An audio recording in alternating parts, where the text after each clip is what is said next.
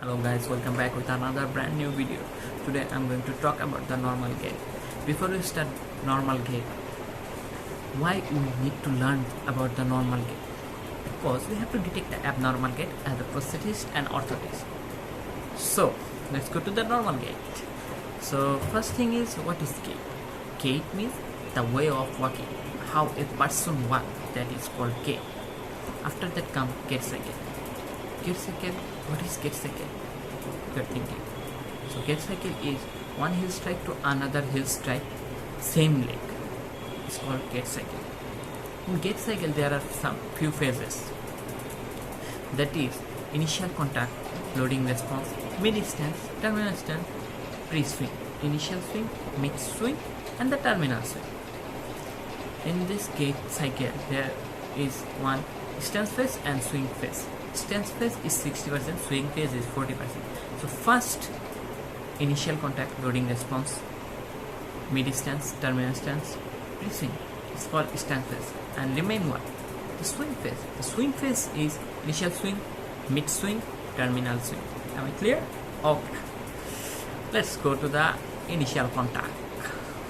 I'll show you one picture. You can see the first picture. This is what we call initial contact. So in initial contact, the heel touches the ground and the heel absorbs the shock. So after that, the objectives what objectives are: stance with heel rocker and impact of deceleration. You can understand the heel touching the ground suddenly, so there is some impact, and the impact is deceleration. Now I'll talk about the ground reaction force where go in initial contact. In initial contact, the ground reaction force first is ankle. Posterior to the ankle, it creates plantar flexion. Posterior to the knee, it creates knee flexion, and anterior to the hip, it creates what? Hip flexion. So here, the pretibialis muscle in ankle, it works as eccentric. In knee, the quadriceps work eccentrically, and here the hip area, the hamstring and gluteus maximus and medius work eccentrically. So understood? And after that we'll go to the loading response. See guys, this picture clear? This is called loading response. This is the double. This is the stance phase with double support.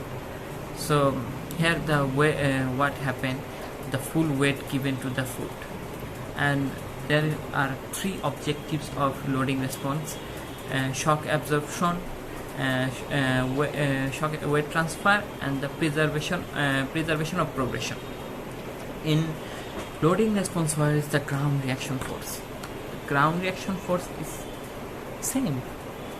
The posterior to the ankle joint, it creates plantar flexion. Posterior to the knee joint, it creates knee flexion, and anterior to the hip joint, it creates hip flexion. So what muscle? Same like the plantar flexion movement occurs. So pretibial muscle work eccentrically. The quadriceps area work eccentrically. The hamstring also work eccentrically in hip, and the gluteus medius work eccentrically. Understood guys? I think it's clear. Yeah, simple, when you know the muscle, all the muscle, and which muscle what action, where the origin and insertion, it will be more clear, I guarantee you. Let's go to the mid stance, shall we? Okay, mid stance. You can see in the picture. You can see.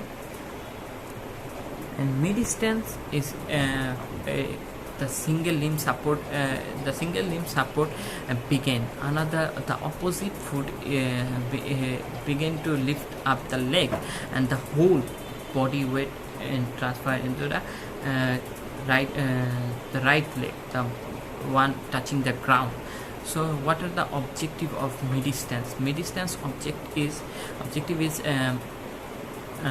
limb and trunk stability and the progression over the stationary foot. Okay, so I'm going to now we'll go to the ground reaction force.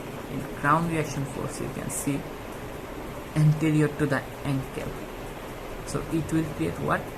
Dorsiflexion. Posterior to the knee flexion, and through the hip joint middle, so no movement occurs. In here in here the muscle action, and you have to see carefully, anterior to the ankle joint, so the posterior, the calf muscle work eccentrically, and here the gluteus medius work eccentrically. That's these two muscles. Understood? I think it's clear. Okay, so after that we'll go to the what you say, terminal stance. So before we go terminal stance, you have to know what is terminal stance. And simply I can say heel off. Heel is going to off. Understood? It's simple. Heel is going to off. Understood? I think it's clear, right? So what are the objectives of the terminal stance? Terminal stance objective also the limb and trunk stability and body progression of the body beyond supporting foot. And after that we'll go to the ground reaction force. Now there it is, the ground reaction force, most important thing. In here, too much anterior to the knee joint, the ground reaction force. So what moment? Can you guess? The dorsiflexion. And anterior to the knee, so it's stance. I know, knee extension. Posterior to the hip. Terminal stance, which muscle will work? The thing is, terminal stance, the heel is going to off. So the heel is going to off. The heel is going to up. The calf muscle is work will concentrically, and the gluteus medius, it will work eccentrically, and the what is the muscle name here? Iliopsoas. Iliopsoas will work concentrically to bring up. After that, terminal stance will go to the pre-swing. Can you see it? Yeah, I think it's clear. In pre-swing, what is pre-swing? First you need to know. In pre-swing, that is the toe is going off. So toe will lift from the ground. Toe will go up from the ground. So here, during the pre-swing, the ground reaction force. Before we go to the ground reaction force, I'll tell objectives. What is pre-swing objectives? In pre-swing, the objectives are accelerate the limb for swing position. Prepare the limb for swing position and accelerate the limb to prepare the swing, to prepare the foot, the leg for swing position and accelerate. So in pre-swing, the ground reaction force anterior to the ankle joint. So anterior to the ankle joint, and the knee, posterior to the knee joint, flexion moment. Here the dorsiflexion, and posterior to the hip joint, what moment?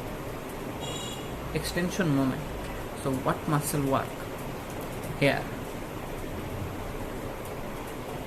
the muscle will work is here, the concentric muscle will work because of your plantar aponeurosis is going up. The calf muscle will work concentrically, and the quadricep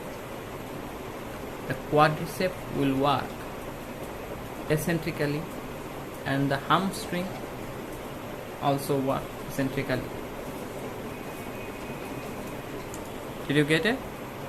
And the most final thing, in hip, what will happen? Hip is going for flexion position. So iliopsoas is concentric. Now we'll go to the next.